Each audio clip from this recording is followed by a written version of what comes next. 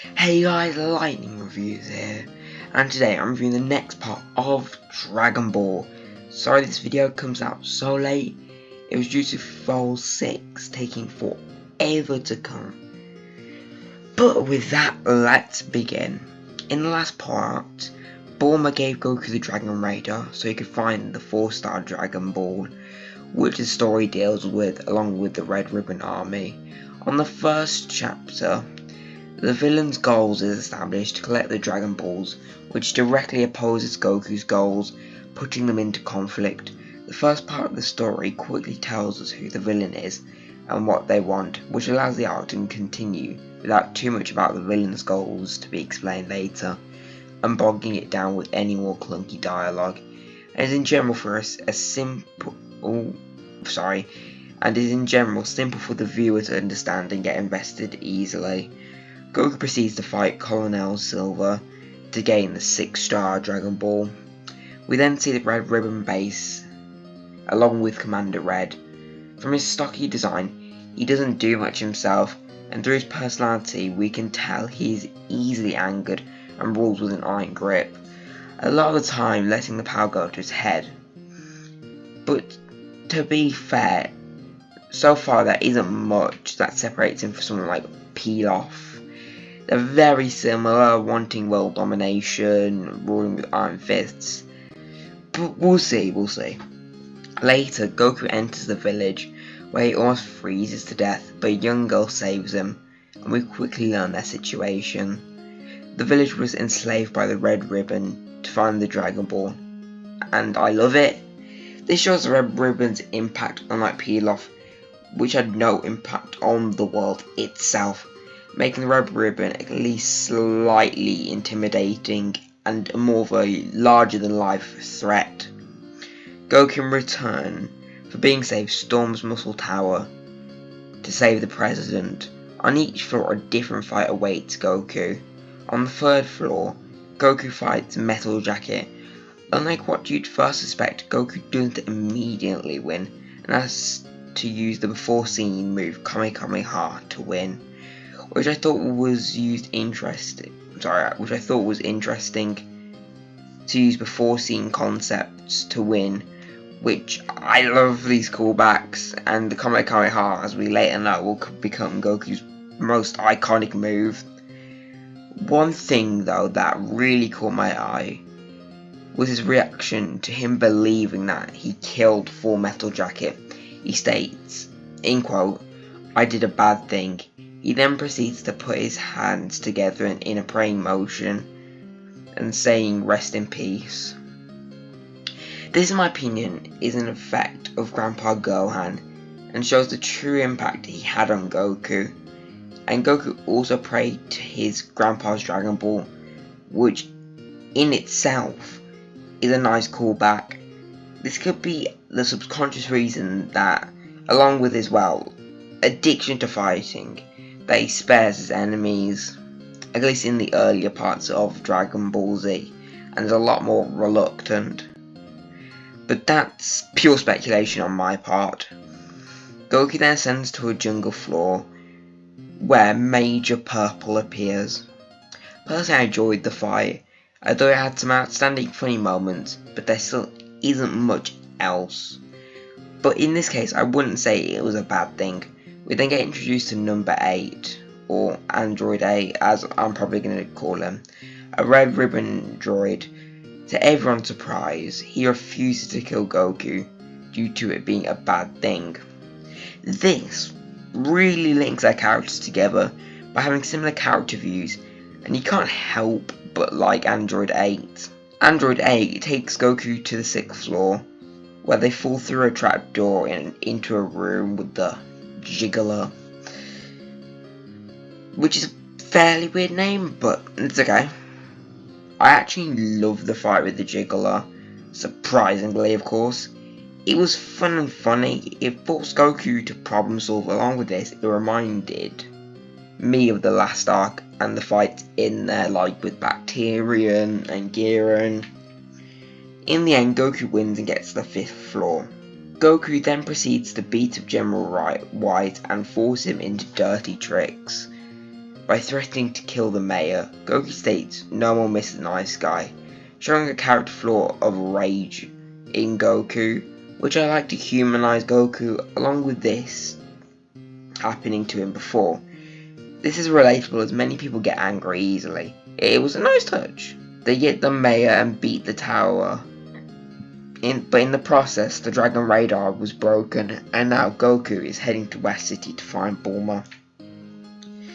Like Namu, or Nam, Android 8 gets his happy ending as the mayor adopts him, and it was really sweet. Goku entering West City is a show of him entering an unfamiliar world. The thing I was talking about in the first part. This scene was an amazing show of who Goku is as a character. Goku being a pure kid against a city life is great to see in my opinion. This scene was amazing and showed who Goku is as a character. Goku being a pure kid against city life is great to see in my opinion, as it was in general fun. Goku not knowing the city's customs, which leads to many hilarious moments. Goku's pure nature directly comes into conflict with the thugs he encounters, which highlighted my point from earlier.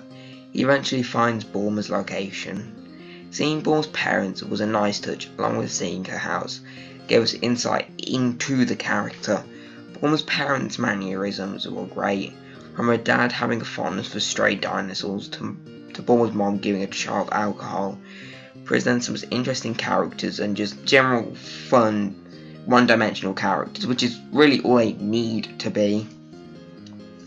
They go to find the next Dragon Ball, but they need a diving device, so they go to find Roshi, where he meets Krillin, which was nice, and they get the machine in the end. But General Blue launches an attack.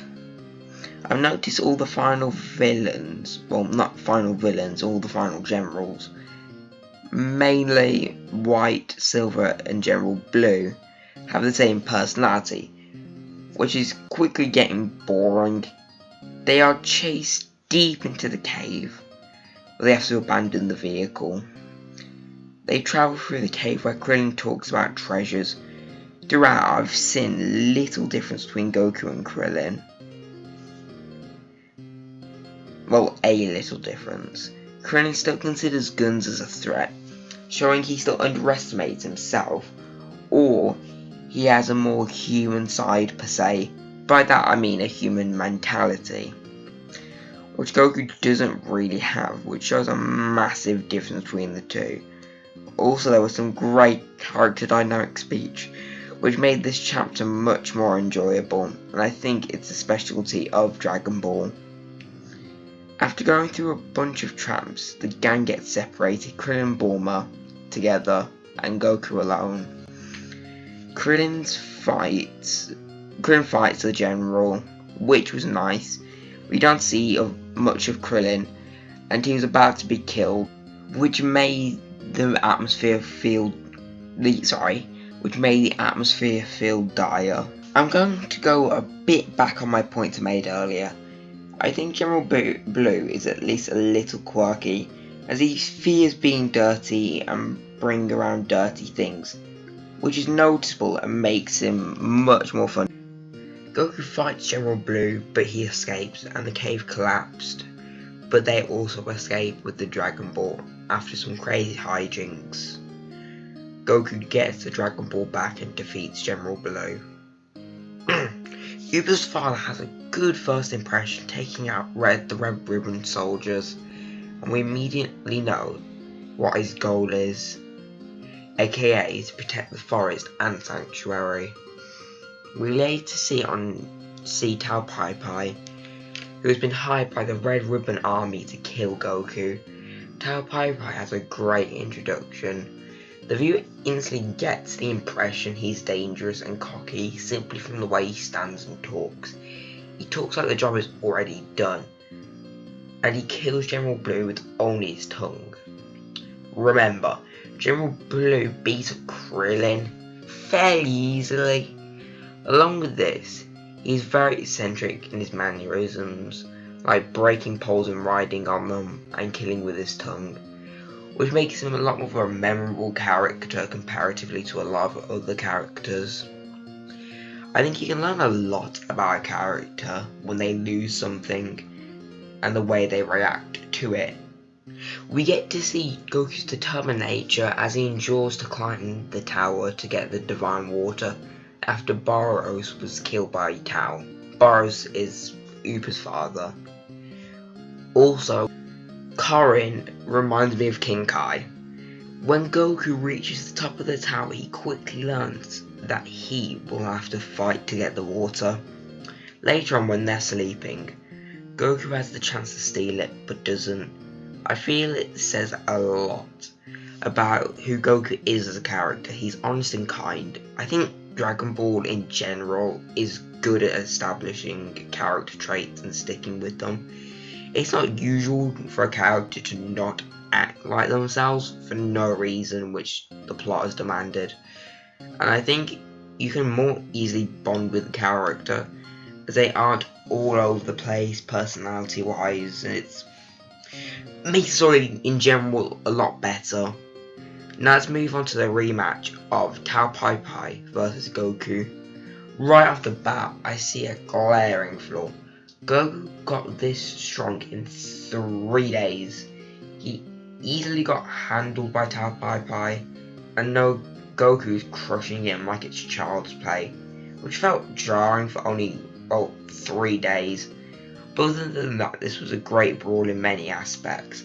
Firstly, it had appropriate build-up due to the previous fight, and the break in between emphasising this build-up, allowing for adequate excitement for the matchup.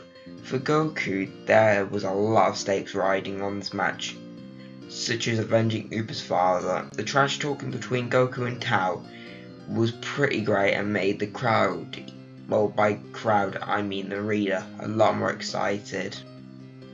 I thought it was pretty fun, had some nice fight choreography, and it was also pretty poetic that in the end Tao Pai Pai killed himself. Goku then storms the Red Ribbon base for the Dragon Ball. But now I want to talk about Commander Black. I really think you can sympathise with him and the situation he's in. Black has slaved away for many years for his goal of world domination, and then he realised the man he is serving, Commander Red, sacrificed thousands of lives just to be tall, and in the end kills him.